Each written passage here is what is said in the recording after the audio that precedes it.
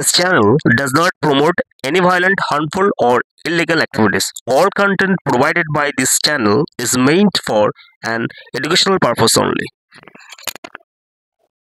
All in one YouTube চ্যানেলে তোমাদের সকলকে স্বাগত।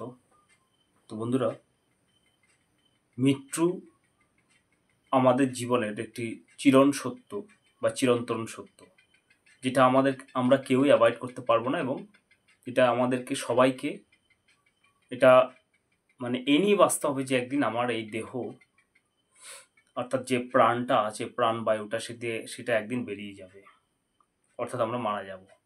তো সেক্ষেত্রে আমরা মারা গেলেও যে মানুষ শুধুমাত্র একটা প্রবাদ বাক্য আছে, বছর গণনার মধ্য দিয়ে মানুষ বেঁচে থাকে না, বা মানুষ বেঁচে থাকে আর কি তার কর্মের মধ্য দিয়ে। অর্থাৎ আমরা মনুষ্য হিসেবে আমাদেরকে ভগবান বা ঈশ্বর, আল্লাহ, খোদা, জেসাস ক্রাইস্ট, যে নামেই ডাকে আর কি, তো তিনি আমাদের এই পরমেশ্বর পাঠিয়েছেন এই পৃথিবীতে আমাদেরকে ভালো কাজ করার জন্য, যে কাজের মধ্য দিয়ে পৃথিবী আমাদেরকে যে মনে রাখবে। যেভাবে বিভিন্ন যুগে যুগে বিভিন্ন মনীষীরা এসছে পৃথিবীতে, তারাও মারা গেছে, এবং কিন্তু তাদের কর্মের মধ্য দিয়ে কিন্তু আমরা তাদেরকে আজ পর্যন্ত স্মরণ রাখি।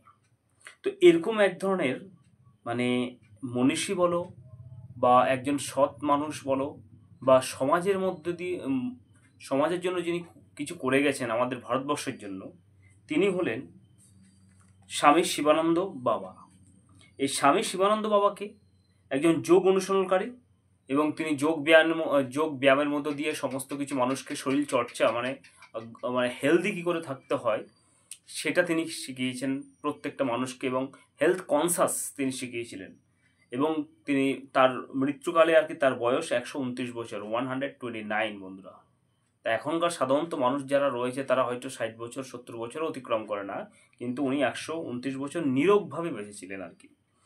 আরও কি হয়েছিলেন, এই যোগব্যায়ামের জন্য, ধ্যানের জন্য তার জীবন দেশের প্রতিটি প্রজন্মকে অনুপ্রাণিত করবে। আর তিনি কিন্তু পদ্মশ্রী সম্মানিত পেয়েছেন, বাবা পদ্মশ্রী পুরস্কার লাভ করেছেন আর কি, এবং তার বাড়ি হচ্ছে উত্তরপ্রদেশে। তো উত্তরপ্রদেশে তার বাড়ি। তো আমাদের এই মহান যোগগুরু স্বামী শিবানন্দ বাবা আর কি, তার জন্ম 1896 সালে 8ই আগস্ট পূর্বতন শ্রীহট্ট জেলা, বর্তমানে বাংলাদেশ আর কি, সেখানে তিনি জন্মগ্রহণ করেন। এবং 1979 সাল থেকে বারাণসীর কবিরনগরে তার জীবন কাটিয়েছিলেন, এবং বিভিন্ন দেশে তার অনুসারী ছিলেন। 1925 থেকে 1959 সাল পর্যন্ত তিনি ফ্রান্স, গ্রিস, মাল্টা, জাপান এবং অন্যান্য বিদেশি ও দেশে তার দিন কাটিয়েছিলেন। আচ্ছা, এবং তিনি যোগগুরু থেকে শুরু করে এবং বিভিন্ন ধ্যান, প্রাণায়াম, এই সমস্ত কিছুর ক্ষেত্রে তিনি একটি উপযুক্ত আর কি ভূমিকা পালন করেছিলেন, এবং সবাইকে শিখিয়েছিলেন কী করে সুস্বাস্থ্যের অধিকারী হতে হয়।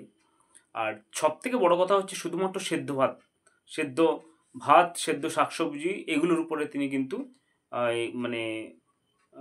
জোর দিতেন আর কি। আর কি, স্বামী গঙ্গায় স্নান করার জন্য ঘাটে হেঁটে যেতে পছন্দ করতেন, এবং 2022 সালে লাইম টাইমে আসার আগে তিনি পদ্মশ্রীতে ভূষিত হয়েছিলেন। আর 2021 সালে জুন মাসে প্রাথমিক স্বাস্থ্যকেন্দ্রে কোভিড-19 টিকা নেওয়ার জন্য আর কি অবাক করে দিয়েছিল। তবে যাই হোক, নিউমোনিয়া এবং অন্যান্য জটিলতার কারণে স্বামী শিবানন্দ ভর্তি করা হয় 30শে এপ্রিল আর কি। তারপরে যাই হোক, তিনি মারা গেছেন, আমাদের ছেড়ে চলে গেছেন। কিন্তু তার যে মহৎ কাজ, এবং সেই কাজের মধ্য দিয়ে আমরা অনুপ্রাণিত হই, এবং যুব সমাজ থেকে শুরু করে বর্তমান যারা রয়েছে তাদের বিভিন্ন রকমের রোগ ব্যাধি, সেটা কি করে আমরা শুধুমাত্র মেডিসিনের মধ্য দিয়ে যে রোগ ব্যাধিকে থেকে মুক্তি পাওয়া যায় তা নয়। এই যে স্বামী শিবানন্দ বাবা আমাদেরকে কিন্তু দেখিয়ে দিয়ে গেছেন প্রাণায়াম এবং যোগাসন থেকে শুরু করে শরীরচর্চা, এবং কি করে খাওয়ার বা ডায়েটের মধ্য দিয়ে সমস্ত কিছু করা যায় আর কি। সেই পদ্মশ্রী প্রাপক আর কি, বা পদ্মশ্রী পুরস্কার প্রাপক আর কি স্বামী শিবানন্দ। যাই হোক, আমাদের ভিতরে নেই, কিন্তু তার যে কর্ম, তার যে অনুপ্রেরণা সেগুলো আমাদের মধ্যে সারা জীবনেই বেঁচে থাকবে বন্ধুরা। তো এই আজকে ভিডিওটা এটুকুনি। ভালো লাগলে লাইক শেয়ার এবং সাবস্ক্রাইব করবে। ধন্যবাদ।